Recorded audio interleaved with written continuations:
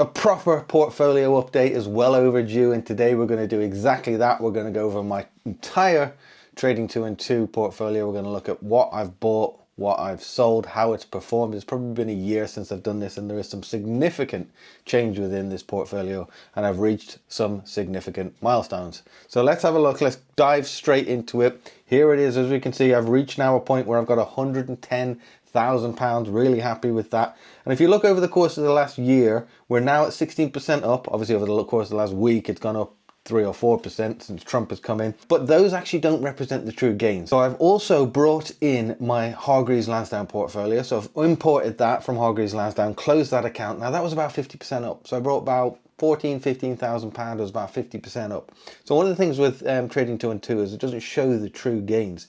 So the last time I put anything in to this portfolio was on the first day of the financial year, which was April 6th, and we can see it there. So that means I've only at that point, if you look at invested, £77,000, and it's now worth £110,000, but it only shows 15% up. Also, all the dividends that I've reinvested, we'll look at that in a minute as well. None of those come through in terms of actually showing as a gain. So it might say 16% up. I've had this a few times in terms of comments on TikTok. Well, why aren't you higher? Why aren't you doing better? Well, in reality, I am. It just doesn't show it in here. Now, I am really happy with this portfolio. If we look just over a year ago, November 2023, I was at 50,000. Now I'm at 110,000. So naturally, that's gone up by 60%, £60,000.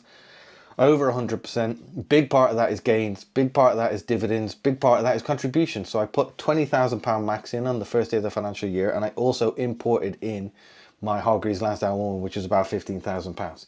Now, then on top of that, we've had some significant growth over the course of last year, and I've been really happy with it. So I've still got 3 pies. Anyone that's seen this before, we've got dividend, fund, and grow. When I did deposit the £20,000 at the beginning of the year, I put it all into the funds. I didn't put a single penny into dividend or grow, and you can see it right there. You know, I'm £83,000 into funds, which means I'm nearly late 70s%. I'm in funds. So let's start at the top with dividends. This is 7.4% up.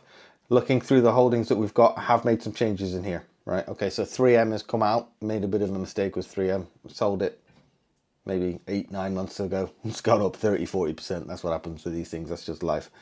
Aviva is doing okay, 2% up. I mean, the dividend plays really well. It's a high paying dividend, but it's not been a successful business over the course of last year.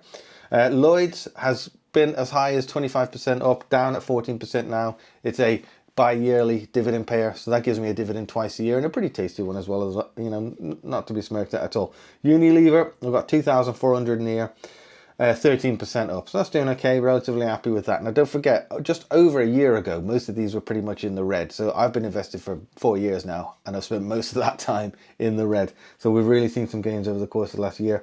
Microsoft, 43% up. I mean, I just love that business. It's always done well for me.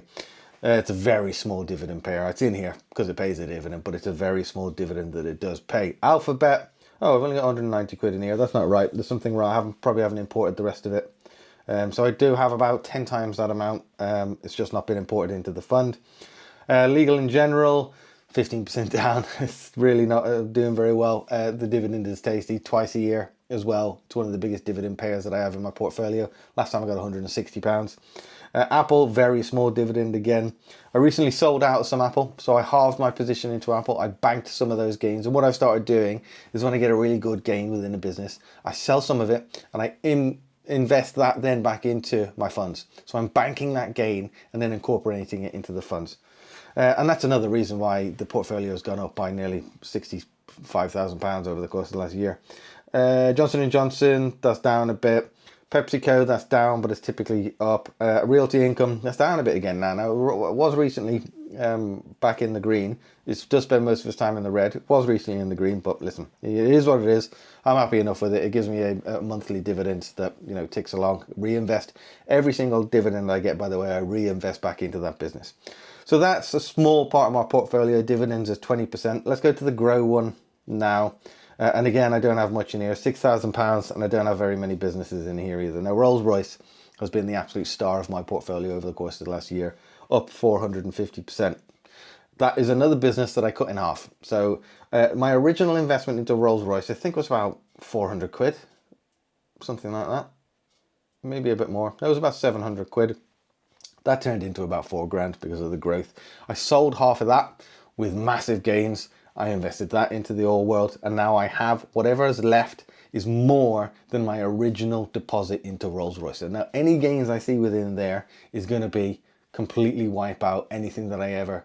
if it was to go to zero, I mean, it wouldn't cost me anything because I've already banked the gains. I've banked the cost of buying the business. So this is all free money now. Now, it's not much, 2,230. You know, I've done Rolls-Royce videos before, and a lot of people are very heavily invested into it. They are talking about introducing the dividend soon, which should be exciting to see. But I'm happy for it to tick along nicely in the background. Alphabet, here it is. Here's the rest of it. It's in the Grow Pie. So I got 1,800 quid in here, 54% up. Virgin Galactic, less said about that, the better probably these days. £31, right? I did do something, I'm going to be completely honest with you. So I had about 800 quid in Virgin Galactic at one point. That was 2.5 years ago when it was at its absolute peak, $60 a share. That pre-stock split as well. I was so sick of seeing it down. I did want to keep it, but I sold it and rebought it. I know it's the wrong thing to do, just so that it leveled out again. So I took a massive hit on it, and it is still since then gone down 78%. It's only 30 quid in there. I actually did an interview for Bloomberg talking about what retail investors are experiencing as Virgin Galactic investors. That's not a pretty picture. I'll link that below. You can have a read of it if you want. Tesla, this has done really well over the course of the last week alone. Let's have a look at how it's done over the last week because of the old Trump news. Yeah, 27% up. I bought this in March 2020. So one of the best times it probably was to buy it for a very long time. So let's go back to March 2020 is right here. Right, 9th of March 2020, $29 a share. It's now at 322. So this is a 10 bagger for me. And this is another one that doesn't show it. It shows it 70% up. The reason for that is I bought it originally in my general invest account. Then it went up by whatever it did, multiples of percent, multiple 2 or 3 bagger. I was worried about the tax implications. So I sold it, transferred that cash into Hargreaves Lansdown, then bought it there. Then that went up. Then I sold it when I transferred the Hargreaves Lansdown portfolio into here, which I only did a few months ago. That means it's 70% up since then. So this was a few hundred quid that I popped into it, which is now worth £2,000, but it only shows 70% up. But yeah, it's the way it works. And then the last one is my funds pie. No changes within here. All the original funds that I had. Actually, there is a change. I took out the AI and robotics one. I just thought that was a bit gimmicky. Looking through it, looking at the fees associated with it, looking at the businesses within it, just felt a bit gimmicky. So I've got 2 big funds that I'm invested into. Clearly, the Invesco FTSE All World. I've got nearly £40,000 of my capital invested into that. That's up 8%, which doesn't seem a lot. Again, because I sold out of the Vanguard one and bought this one because it's cheaper. So I keep banking those gains and reinvesting it. That's fine by me. Vanguard S&P 500 is 25% up. I did the same thing with that, but it's still showing up. iShares, NASDAQ, US Biotech, that's 15% up. That's had a really good year. So that's biotech businesses, pharma businesses, some AI businesses in there. Some really looking at the future of human genome tracing, looking at the future of healthcare within the world, all of that sort of good stuff.